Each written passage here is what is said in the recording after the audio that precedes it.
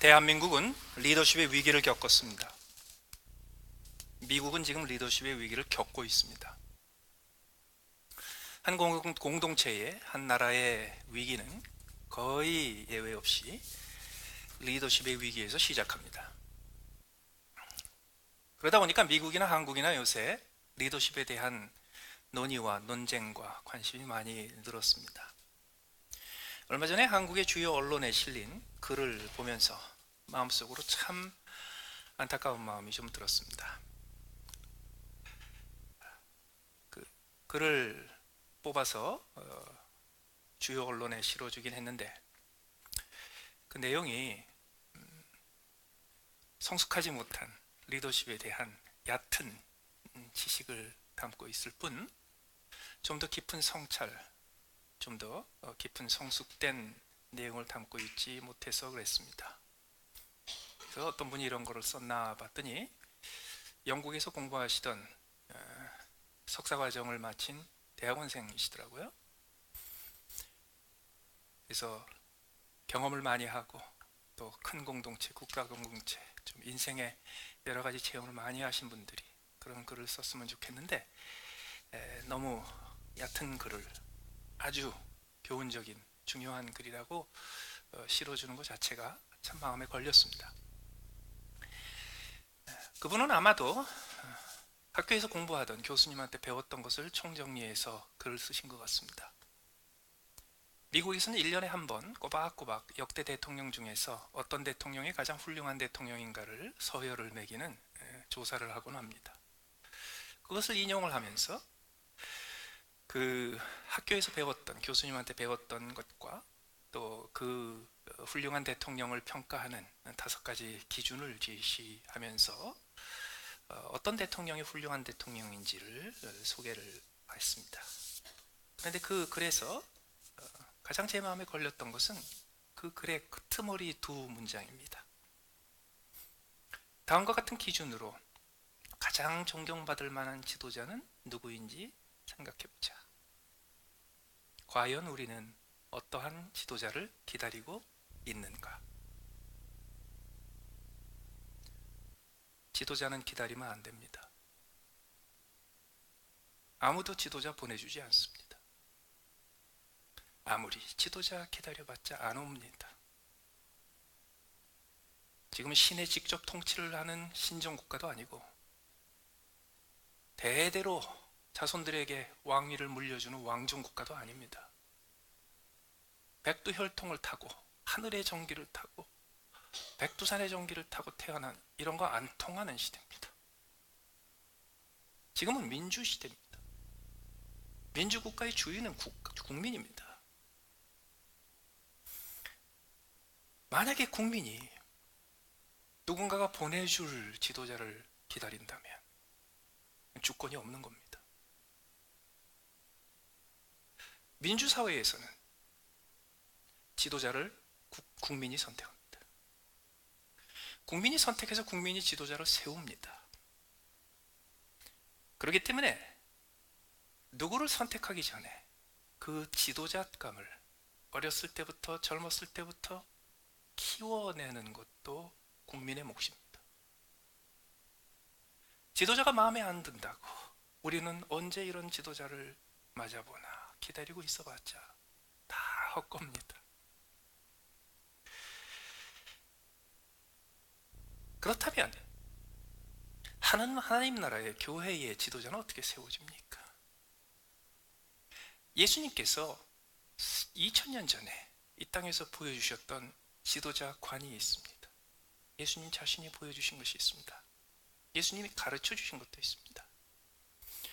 우리가 마가복음에 등장하는 여러 가지 종류의 사람들의 집단을 살펴보는 중에 오늘 마지막으로 예수님의 제자들 중에 예수님께서 의도적으로 철저하게 지도자 집단으로 세운 3사람을 살펴봅니다. 베드로와 야고보와 요한입니다. 그 3사람 중에서도 베드로는 그 중에서도 더 높은 지도자였습니다. 예수님께서 이 3사람들을 세우시고 선택하시고 지명하시고 그들을 3년 동안 훈련시켜서 갖추어 주셨던 과정을 보면서 과연 예수님께서 보여주셨던 그 모든 교훈이 2000년 전 로마 시대가 아니라 지금 현대에 국민이 주권을 가지고 있다고 믿고 국민들이 지도자를 선택할 수 있는 민주사회에도 적용이 되는지를 살펴봅니다.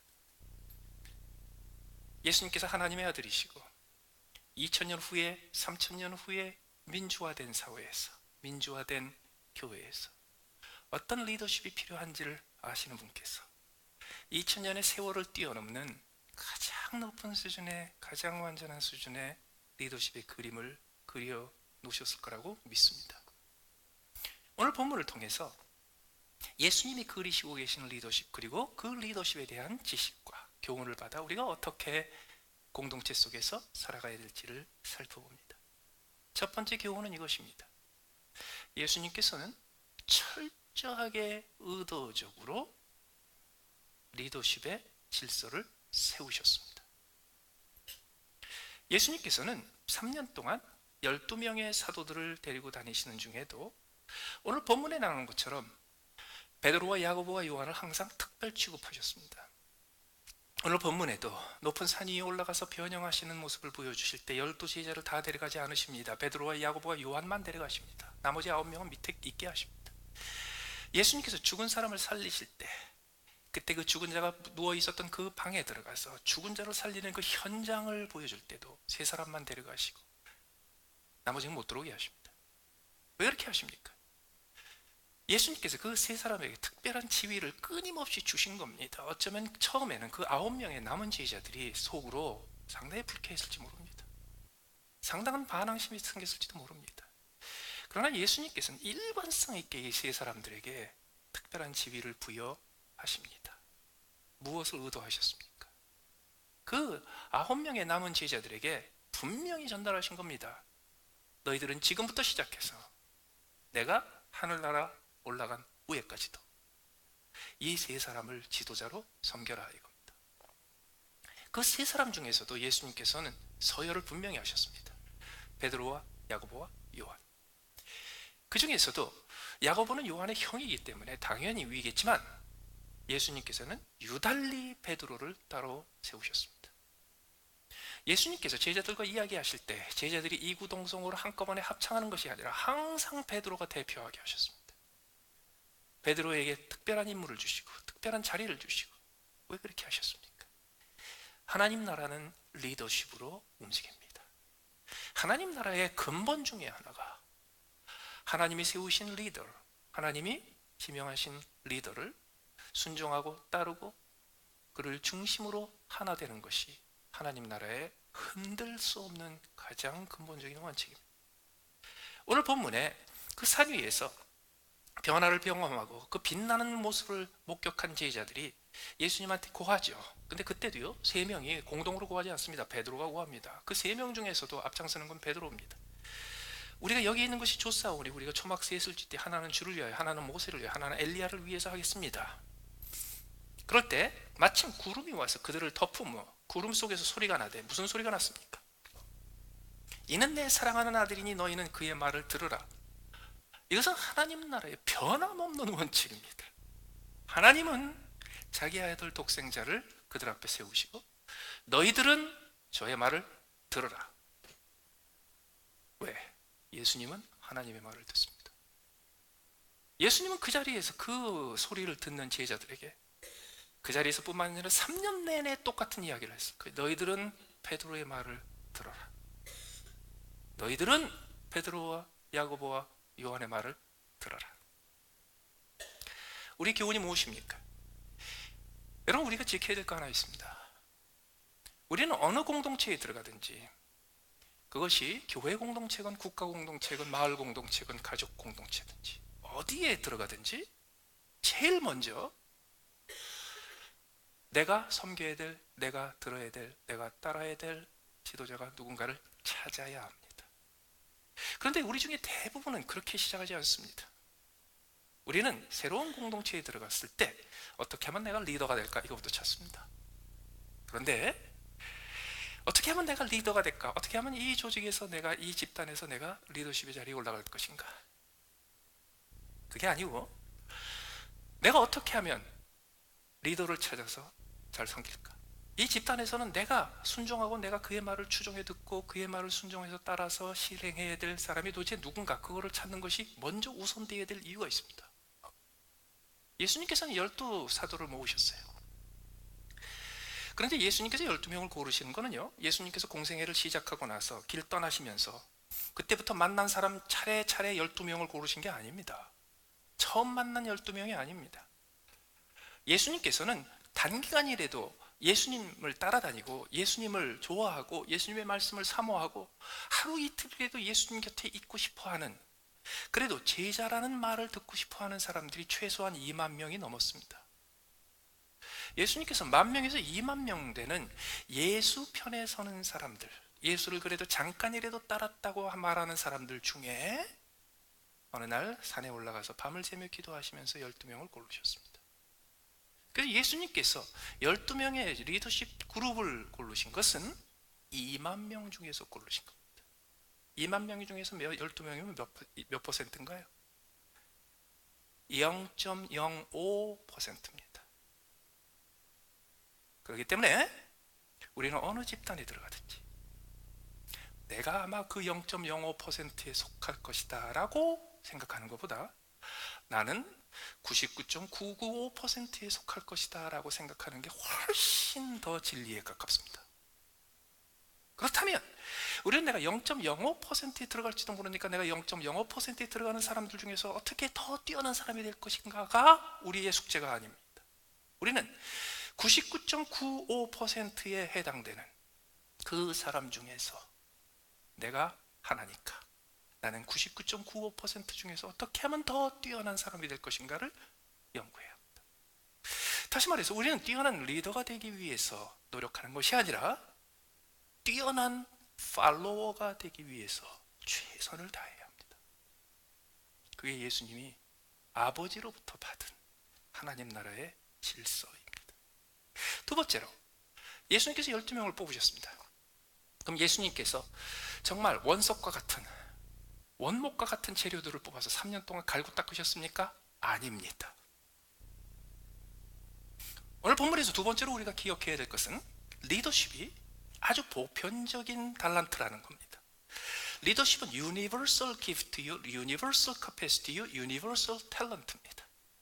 그렇기 때문에 예수님께서는 하나님 나라의 지도자를 세우실 때 이미 하나님 나라 밖에서 지도력이 입증되고 검증된 사람 중에서 고르십니다.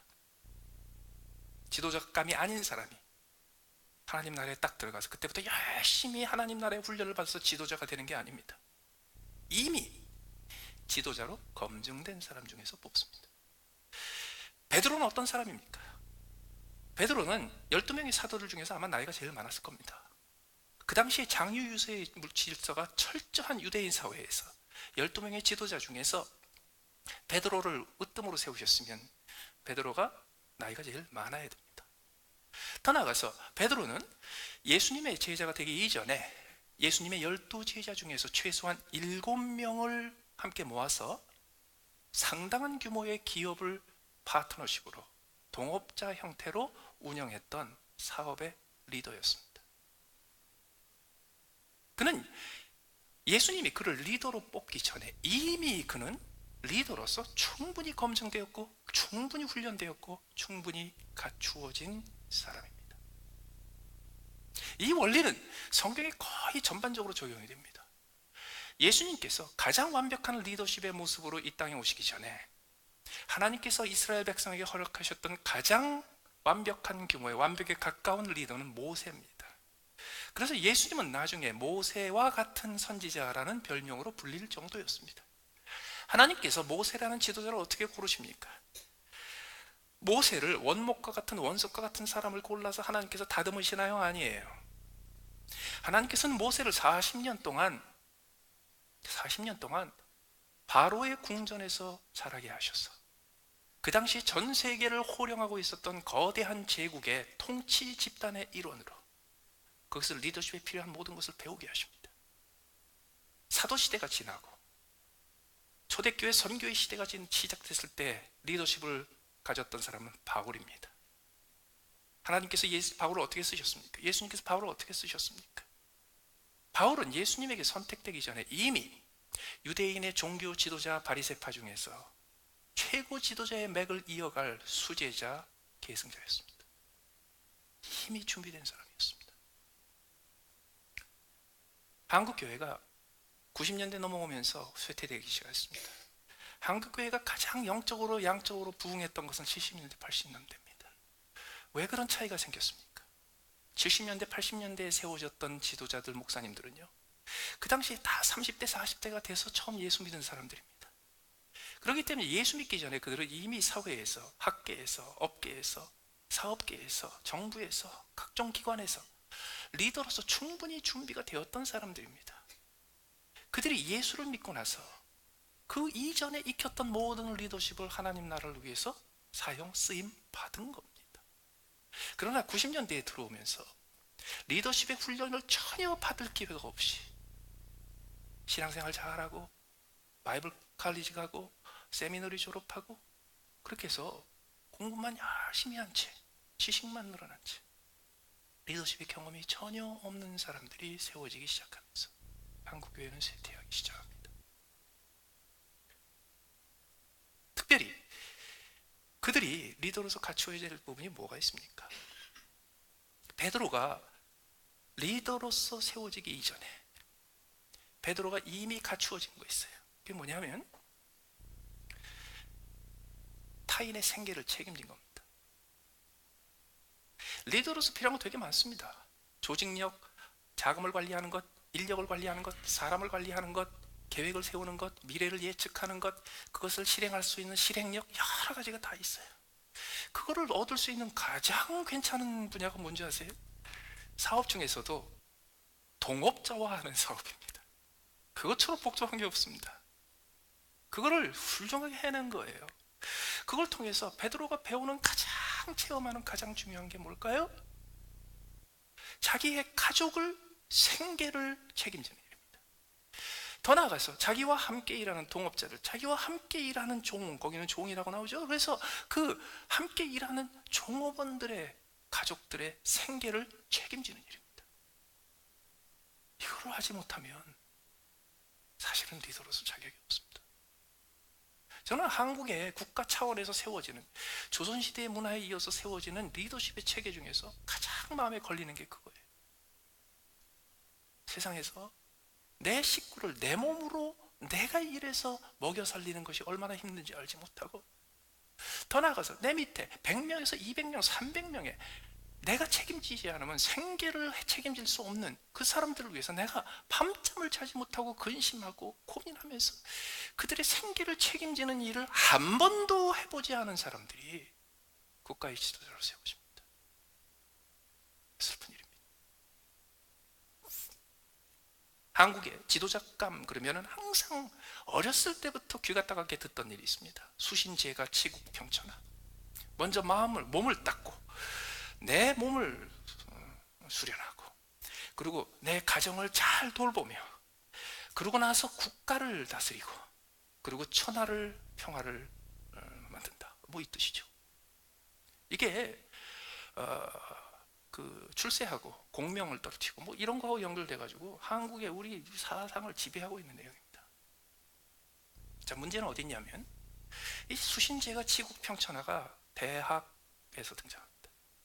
조선시대에는 웬만하면 티네이저 되기 전에 반드시 필독하고 반드시 공부해야 될 아주 필수 과목 중에 하나가 대학입니다. 이 대학의 수신제가 치국평천하가 나오는데, 대학을 한 번도 읽어보지 않은 사람들은 수신제가 치국평천하에서 끝나죠. 그것만 들었으니까. 실제로 대학을 읽어보며 이 수신제가 치국평천하의 대목을 보면 수신제가 치국평천하가 다가 아닙니다. 대학은 국가의 지도자, 사회의 지도자, 우리의 앞날을 책임지고 이끌어가야 될 지도자가 되기 위해서 무엇인가를 다루면서 이 수신제가 치국평천하 나가는데 그 앞에 조건이 있어요. 대학에 나오는 가르침은 이렇게 됩니다. 천하를 얻어서 천하의 평화를 주고자 하는 자는 반드시 미리 준비해야 될 것이 있다. 나라를 다스려 봐야 된다. 그게 치국평천하예요. 그런데 나라를 다스릴 사람들은 그 전에 요구 조건이 하나 있습니다. 그게 뭔가? 재가예요. 자기 집을 보살필 줄 알아야 돼. 자기 집을 보살피는 것을 하기 위해서는요, 그 전에 먼저 해야 돼. 자기 몸을 책임질 줄 알아야 돼. 수신. 우리는 거기서 끝나죠.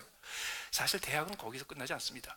수신, 내 몸을 제대로 관리하기 전에 먼저 해야 될 것이 있습니다. 그래서 원래 수신제가 치국평천하 앞에 경물지지 의성 심정이라는 말이 먼저 나옵니다. 내 몸을 다스리기 전에 먼저 해야 될 조건이 하나 있습니다. 이게 안 되면 몸 다스려봤자 소용없습니다. 그게 뭐냐면 심정입니다. 또는 정심, 바를 정, 마음을 바르게 하는 것.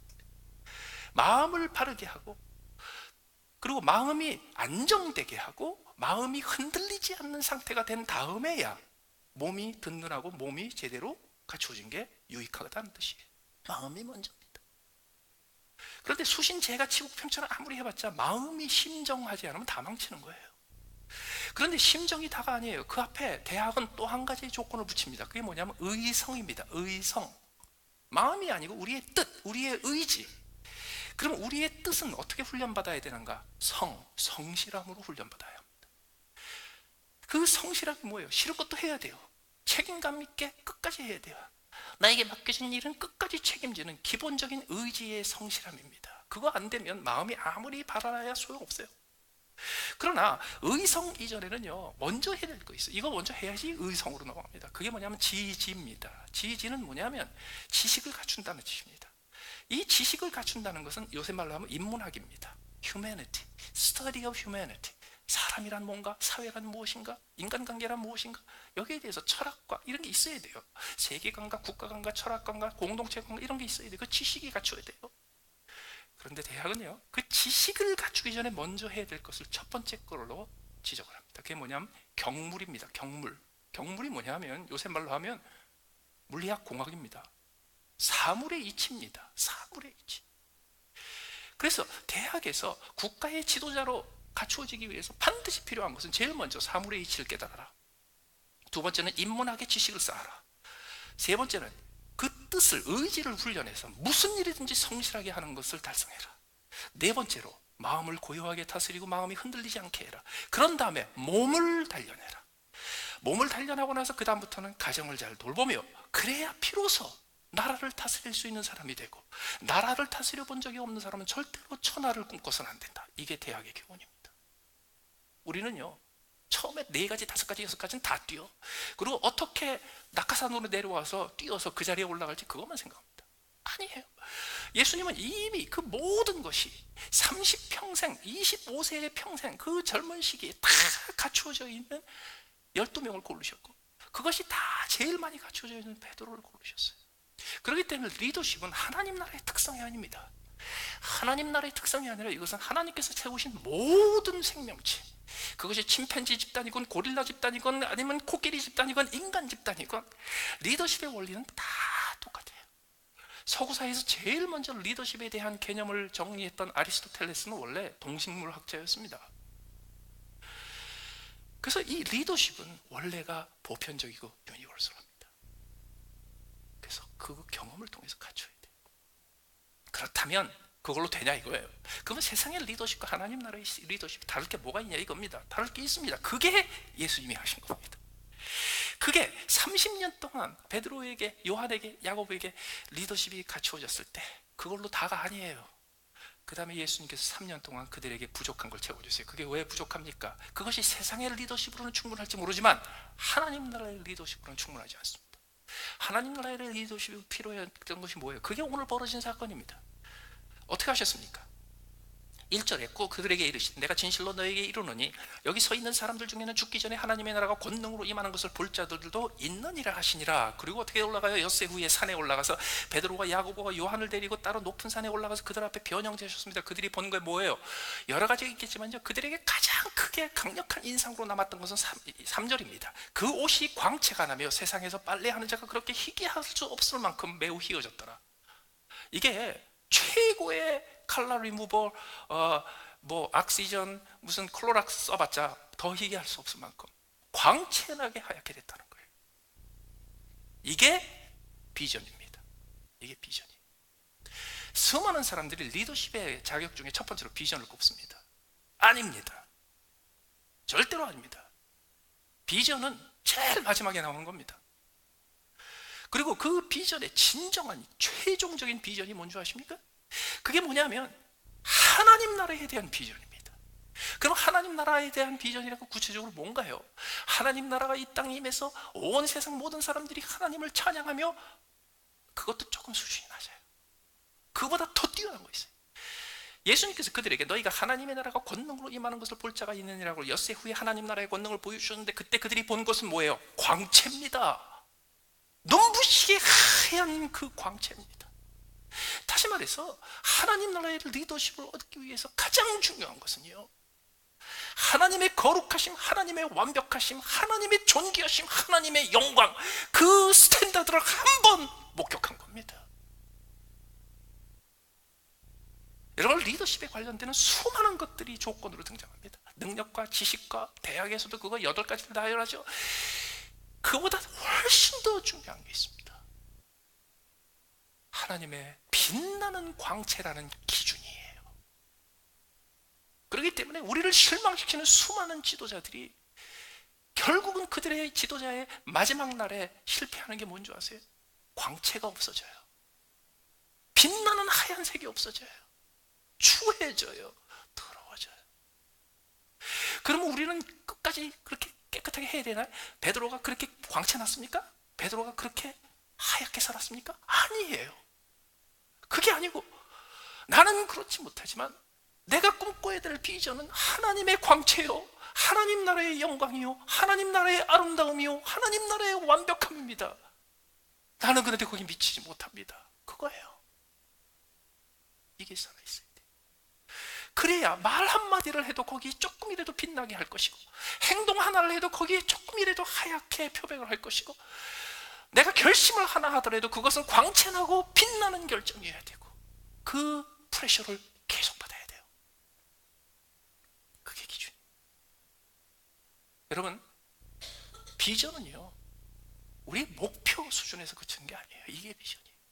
종종 우리는 비전이라는 거창한 단어를 써가지고요, 우리 집단, 우리 공동체가 나가야 될 목표, 이 나라가 지향해야 될 목표, 그리고 내가 대통령이 되면 이런 비전을 가지고 이런 나라를 만들겠습니다. 그냥 야망이에요, 야망. 지도자라면 대통령이 되기 전에 내가 비전을 가지고 대통령이 됐더라도, 대통령이 된 후에는요, 하나님 나라의 영광과, 그리고 내가 그 생계를 책임져야 될 나를 따르는 사람들의 형편을 보면서 내 비전을 과감히 포기할 수 있어야 합니다. 그래서 역사 속에 남는 위대한 지도자들은요, 예외 없이 그들이 최종 단계에서 자기가 평생 붙잡았던 비전을 포기한 사람입니다. 왜요? 비전은 항상 변할 수 있어요. 집단의 목표, 공동체의 목표, 인생의 목표는 항상 변하는 겁니다.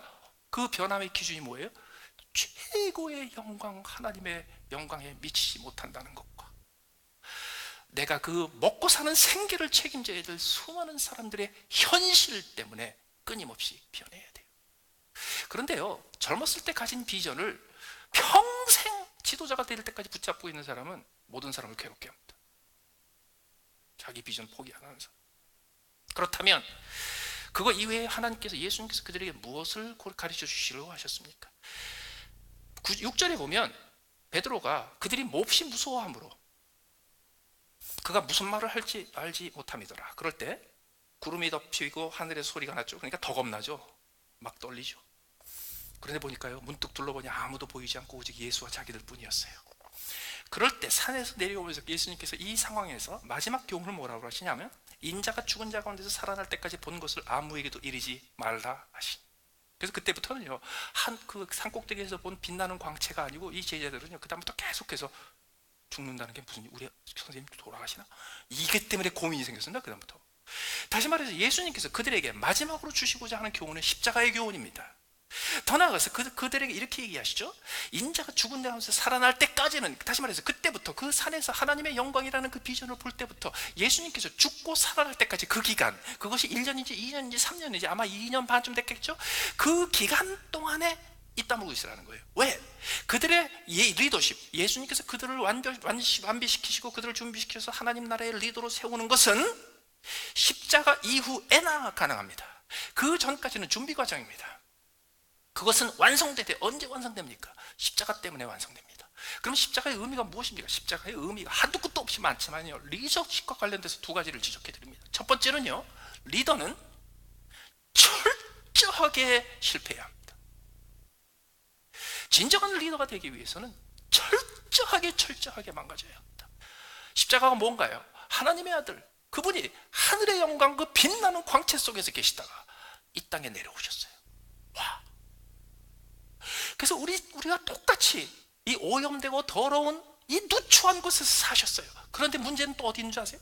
그분은 우리 중에 평범한 보통 사람보다 더 떨어졌어요. 어떻게? 자범, 흉악범, 반역으로 정죄되어서 수치스럽고 끔찍한 죽음을 당할 때까지 내려섰어요. 지나가는 사람이 그 모습을 보고 혀를 차며 고개를 절레절레 흔들 만큼 인간의 기준으로도 더할 날이 없이 떨어질 때까지 떨어졌어요. 그 며칠 전에 예루살렘에 모였던 수십만 명의 순례객들한테 호산나, 하나님의 이름, 왕의 이름으로 오시는 자요, 승리의 이름으로 오시는 자요 환영받았고, 승전자로, 그리고 승리자로, 그리고 그 성에 들어갈 그 정복자로 그렇게 추앙을 받았던 그분이 며칠 만에 가장 파렴치한 범인과 함께 가장 끔찍한 죽음을 당한 리더는요, 처절하게 떨어집니다. 처절하게 떨어집니다. 그게 없으면 리더의 말로가 안 좋습니다. 그렇기 때문에 리더는요, 오늘 본문에 나오는 것처럼 그들이 몹시 두려워함으로라는 거 있죠.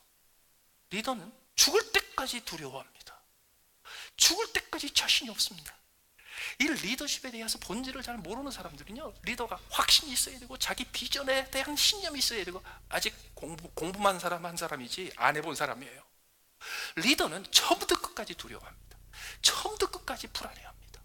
그런데 문제는 뭐냐면요, 사람들 앞에서는 불안한 기회를 볼 수가 없으니까 더 불안해. 나를 따르는 사람 앞에서는 내가 자신만만하고 확신에 찬 것을 보여야 되니까. 왜냐하면 그것이 그들에게 필요한 거니까. 그런데 사실은 불안해. 근데 그 불안의 근거가 뭔지 아세요?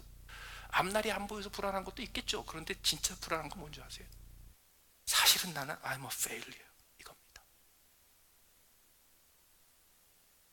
한국에서 최근에 큰 기업을 이루고 단기간 내에 큰 프랜차이즈를 이루고, 그래서 수천억의 매출을 올리고 성공한 것으로 소문나서 곳곳에 다니면서 강의하고 이런 분들이요, 갑자기 광채가 없어지고 흰 게 아니라 시커먼 색으로 표현해서 추한 행동을 해가지고서 온 사회에 무리를 끼치는 사람이 너무 많습니다. 한국에 가장 앞장서서 가장 큰 규모의 프랜차이즈를 만들어서 엄청난 성공 신화를 쓴 사람이 계속해서 두 번째, 세 번째 사업을 확장하다가 감당을 못해서 자살한 일도 있습니다. 왜 그런 일이 벌어지는지 아세요? 이유가 있어요. 여러분, 대부분의 큰 성공 신화는 능력과 실력 가지고만 이루어진 게 아닙니다. 그냥 운이 좋아서 그런 게 많습니다. 저 어렸을 적에 초등학교 다닐 때 제가 제일 존경하고 제일 그냥 신문에 그 글이라도 한 달에 한 번이라도 어쩌다가 실리면요, 그냥 수십 번 읽었던 사람이 누구냐면요, 김찬삼 씨라고 있습니다. 혹시 아시는 분 계세요? 1960년대에 전 세계 일주를 한 사람입니다. 배낭여행. 그분이 쓴 김찬삼의 세계 일주, 그거 보면서 내가 얼마나 감동을 받았어요. 평생을 세계를 여행하면서요, 가끔 가다가 이렇게 신문에 기고하는 걸 보고요, 그거 찾아서 읽으면서 얼마나 제가 흥분했는데, 와, 이런 사람이 있구나, 이런 위대한 인물이 있구나. 그래서 그 사람처럼 되고 싶었어요. 저는 생생하게 기억합니다. 어느 날 이분이 중민과 난민과 어디를 가는데 또 거기 나라를 가보니까요, 교통수단이 아무것도 없더래요.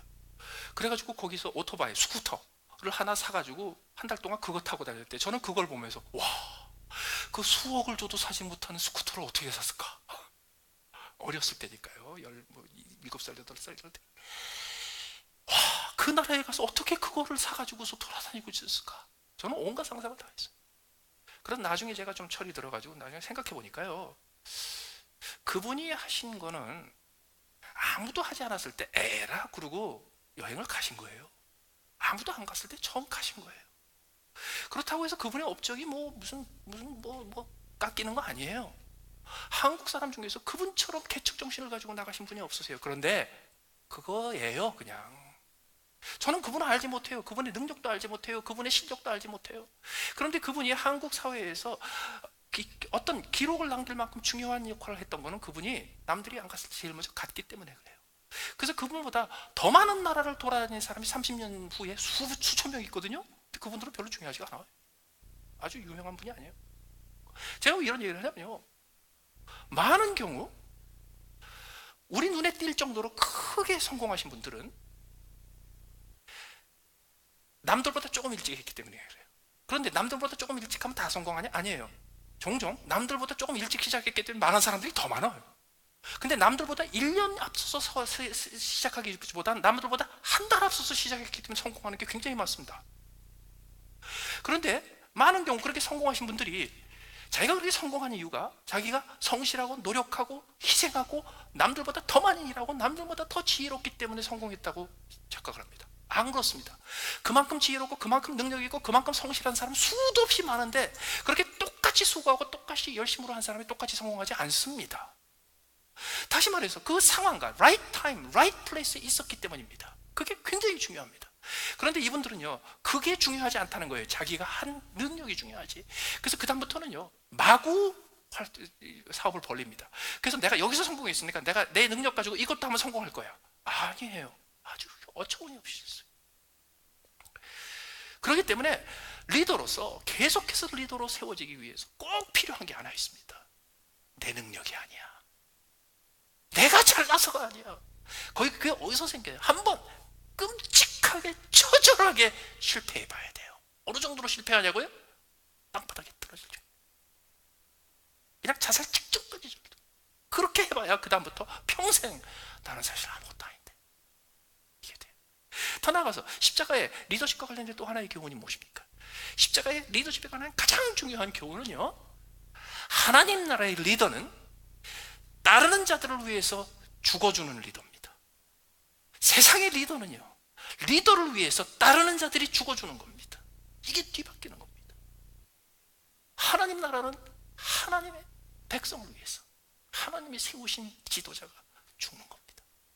그렇기 때문에 리더십의 역할이 확 달라집니다. 예수님께서 베드로와 야고보와 요한을 선택하셨죠. 베드로와 야고보와 요한의 역할이 확 달라요. 어떻게 다른가? 베드로는 교회를 세웁니다. 예수님께서 너는 베드로라, 내가 이 반석 위에 내 교회를 세우리니. 그 베드로도 반석이고 그 베드로의 주는 그리스도시 살아계신 하나님의 아들이라는 그것도 반석이에요. 그래서 예수님께서 하신 말씀이 이겁니다. 네 이름은 돌이야. 내가 내 신앙 고백이라는 돌 위에 내 교회를 세우리라. 그래서 베드로는 없던 걸 세우는 사람입니다. 다시 말해서 개척자입니다. 창업자입니다. 엔터프레너입니다. 개국하는 사람입니다. 나라를 세우는 사람입니다. 그런데 그런 베드로는 그렇기 때문에 어떤 성질이 있어야 되냐면요, 여차하면 깔깔 뽑아야 돼. 하여튼 못 찾고 나와야 돼. 기회를 안 놓쳐요. 남들이 미적거릴 때 앞장서서 튀어나와야 돼. 그게 이 베드로에게 필요해요. 그런데 하나님 나라를 위해서는요, 그렇게 창업하는 사람도 필요한데 그거를 마무리하는 사람도 필요합니다. 그게 누구냐면 요한입니다. 그래서 요한은 90세를 삽니다. 그래서 요한은 다른 사도들이 다 죽을 때까지 살아있으면서요, 다른 사도들이 마무리 못했던 걸 다 마무리합니다. 요한복음을 써서 복음서를 완성을 하고, 그리고 마지막에 준동하고 있던 사이비에 대한 경고를 담고 요한일서, 2서, 3서를 씁니다. 요한계시록으로 성경을 마무리합니다. 그거 마무리하는 작업을 해요. 그런데 요한은 베드로하고 성격이 완전히 다릅니다. 베드로는요, 욱 하면 칼 뽑아요. 그러니까 실천력이 있지. 요한은요 무슨 소리를 해도 문제가 이런데 어떡합니까? 사랑이 답이야. 교회가 지금 큰일 났어요. 사랑이 답이야. 저 사람하고 지금 큰 문제가 생겼어요. 사랑이 답이야. 그 요한이에요.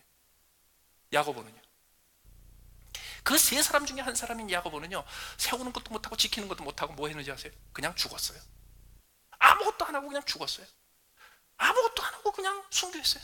아무것도 남기지 않고 그냥 덜커덕 죽었어요. 여러분, 하나님 나라의 지도자는 이 세 가지가 필요합니다. 세우는 사람, 그 다음에 마무리하는 사람, 그리고 죽는 사람. 문제는 이 세 가지의 지도자를 다 한꺼번에 묶어서 완벽한 지도자는 이 세상에 없다는 겁니다. 그런 완벽한 지도자는 우리 예수님밖에 없습니다. 그래서 우리는 지도자로 세워지더라도 각자의 역할을 알아야 합니다. 나는 반석을 놓는 데서 끝나는 거야. 나는 반석 놓고 나면 그 다음에는 사라져 줘야지 그 다음에 건물 벽을 세우는 사람이 들어오지. 그래서 지도자는 자기에 맡은 역할을 알고 빨리빨리 비켜줘야 돼요. 다른 자리를 가져야 돼요. 그래서 베드로는요, 예루살렘 교회에서 얼마 동안 한 10년 정도 있다가 그 다음에 예루살렘 교회를 떠나면서 예루살렘 교회는 예수님의 동생 야고보가 지도자를 이어서 하게 됩니다.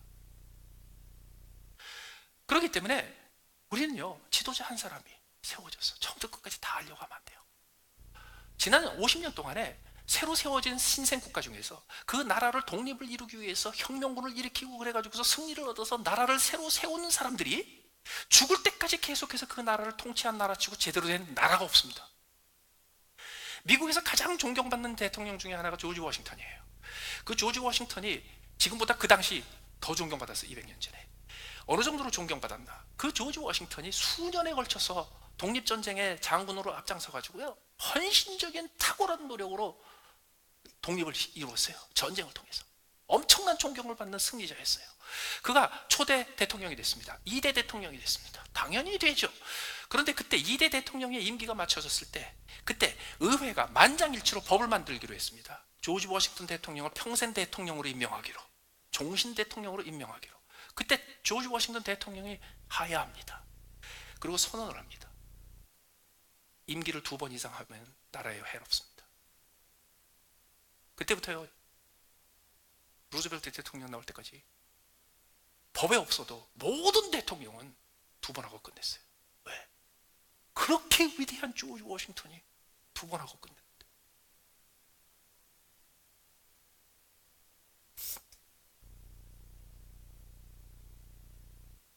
링컨 대통령이 최고의 대통령으로 꼽힐 때가 많아요. 그런데 전쟁 마무리하고 며칠 후에 암살당했잖아요.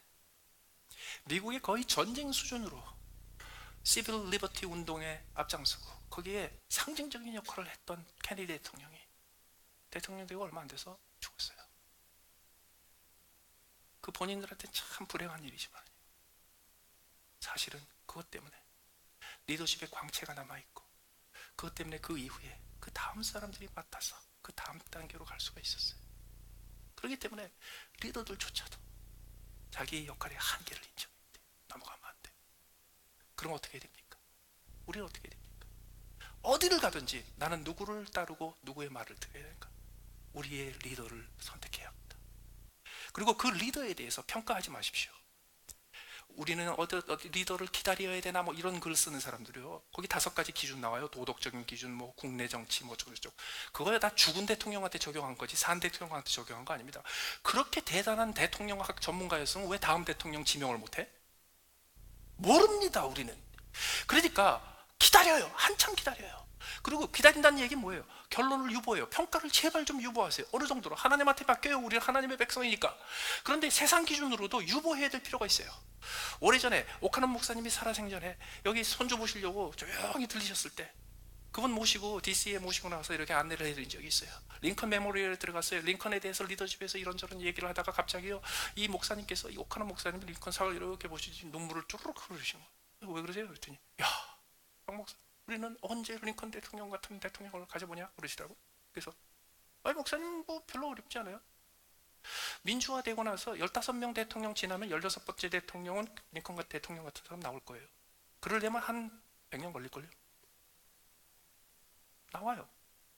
돌아오는 길에 차 안에서요, 참 리더십에 대해서 얘기 많이 해놨어요. 그때도 목사님 그러시더라고요. 야, 우리나라는 언제 워싱턴 기념비와 링컨 기념관 같은 거를 가져보냐 그러시더라고요. 그래서 그것도 너무 걱정하지 마세요. 링컨 기념비는, 워싱턴 기념비는요, 워싱턴이 죽고 나서 86년 있다가 세워졌어요. 링컨 기념관은 링컨이 암살되고 나서 57년 후에 세워졌어요. 그리고 남북전쟁을 통해서 이 나라를 하나로 묶어놓는데 성공했던 링컨 대통령처럼요, 아니 워싱턴 대통령처럼요, 6.25 전쟁을 통해서, 남북전쟁을 통해서 민족이 완전히 갈라지고 찢어지고 없어질 뻔했는데 그나마 나라를 지킨 이승만 대통령이죠. 그런데 이승만 대통령 지금도요 남부 지역에서는요 링컨 대통령 말 얘기 못 꺼냅니다. 남부에서는 원수의 원수입니다. 링컨 대통령의 생일을 연방정부에서 공식적으로 국정일로 삼으려고 했는데 남부에서 다 반대하는 바람에 못했습니다. 그래서 다 그 비슷한 기간에 있는 다른 대통령 다 섞어가지고 3명 모아가지고 프레지던스 데이를 만든 겁니다. 지금도 남부 사람들은 링컨 그러면 학을 떱니다. 이승만 대통령 좋아하는 사람 많아요. 그런데요 간단해요. 86년 있다 보자고. 86년 있다가 이승만 대통령을 평가하자고요. 김영삼, 김대중 모든 대통령 57년 있다가 평가하자고요. 그럼 그때 우리 살아있겠어요? 그러니까 하지 말자고요. 그리고 우리는요 하나님한테 맡기는 거예요. 역사의 평가보다 더 무서운 평가 있어요. 하나님의 평가가 있어요. 그럼 그 다음에 그 전에 우리 뭐 하는 거예요? 하여튼 내 마음에 들건 안 들건 간에 세워진 대통령한테 충성하는 겁니다. 내 마음에 들건 안 들건 간에 대한민국의 미국의 대통령으로 세워진 사람은요 다 위대한 대통령입니다. 왜? 우리는 대통령 못 해봤잖아. 그 양반은 해보고요. 하여튼 우리보단 나을 거 아니에요. 다 위대한 대통령으로 유지하는 겁니다. 왜? 그게 우리 몫이에요. 그리고요 베드로 될 생각하지 마세요. 예수님은 베드로 옆에 야고보와 요한을 두셨고 그 앞에 9명을 두셨고 그 밑에 70명을 두셨고 그 밑에 120명을 두셨어요. 우리도 우리 몫이 있어요. 머리가 되려고 그러지 말고요. 하나님께서 세우신 그 머리 밑에서 내가 맡아야 될 조그마한 이 집단이 무엇인가 그거 생각하고요. 열심히 따르면서 열심히 순종하면서 우리가 맡은 일을 하면 돼요. 그 과정에서 리더십의 질서를 흔드는 걸 하면 안 돼요. 그랬을 때 비로소 하나님의 나라가 세워지고 하나님의 나라가 하나로 유지가 돼요. 리더십이 이루는 가장 위대한 업적은 공동체가 지향하는 목표를 향해서 도달하는 게 아닙니다. 공동체를 하나로 유지하는 겁니다. 팔로워가 해야 될 가장 중요한 임무는 목적지에 도달하는 게 아닙니다. 위대한 일을 함께 성취하는 게 아닙니다.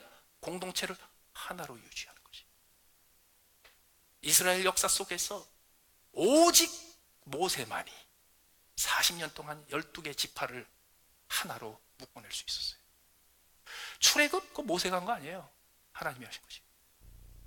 그런데 40년 동안 그 갈라지고 찢어지는 하여튼 조금만 한 세대만 지나면 갈라지고 하여튼 그때부터 시작해서 지금까지 이스라엘 민족이 40년 동안 한 덩어리로 똘똘똘똘 뭉친 적이 없습니다. 지금은 뭉쳤잖아요. 여러분 예루살렘에 있죠. 텔아비브 이스라엘에 있는 유대인들보다 뉴욕에 있는 유대인 인구가 훨씬 많은 거 아세요? 하나 안 됩니다. 그게 모세의 위대함. 그래서 하나님 아래서 하나님이 세우신 그 리더를 통해서 자꾸 뭐 5가지 기준대로 평가하고 뭐 그러지 말고요. 우리가 할 일은 순종하고 따르는 거예요. 그리고 평가는 어떻게 해요? 86년 후로 유보하고 하나님 나라 갈 때까지. 그리고 지금 내가 순종해야 될 말에 순종, 지금 내가 해야 될 일에 충분해요. 내 분수를 지키고 내 자리를 지키고 내가 할 일을 성실히 감당하는 것. 그것이 예수님께 세우신 리더십의 교훈입니다. 같이 기도하시겠습니다.